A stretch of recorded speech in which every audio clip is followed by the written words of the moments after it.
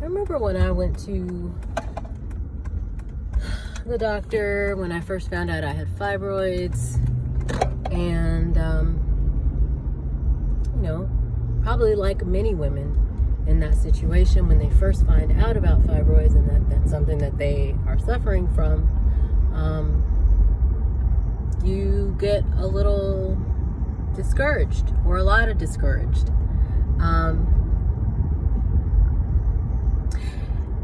And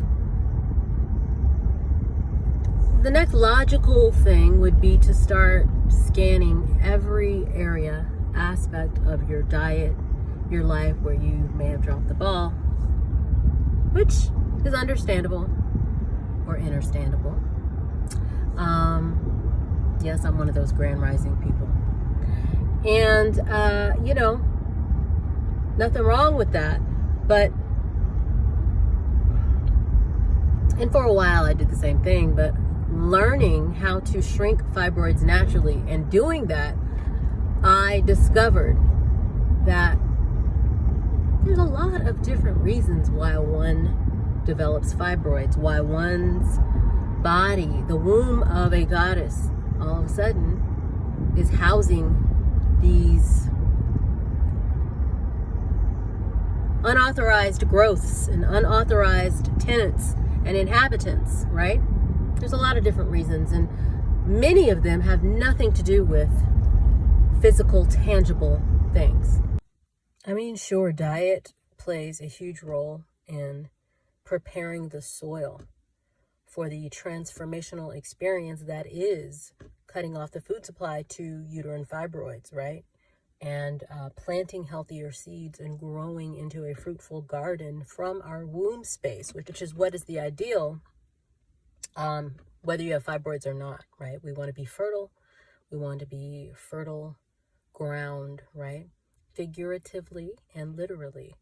But a huge part of that equation to get to that fertile garden is what's going on in the sky, what's going on in our skies, as far as what's going on in our atmosphere. Is the air contaminated? Are there microbes filled with toxins and lower vibrational energy floating around, right, in our headspace, right?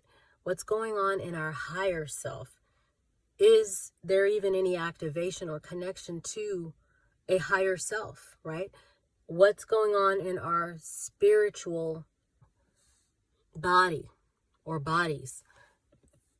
Is there even a connect, or is there a disconnect there? Do we have something in place that helps us to feel balanced, that helps us to cultivate a sense of grounding and connection to things that are bigger and deeper than the 3D, mundane, commercial, economic aspects of society and living? Within that area of discussion is also your responsibility to go deeper than you've ever gone. Make sure that you have not left any areas unchecked and no stones unturned, and that you are doing the precious work, the precious womb work, to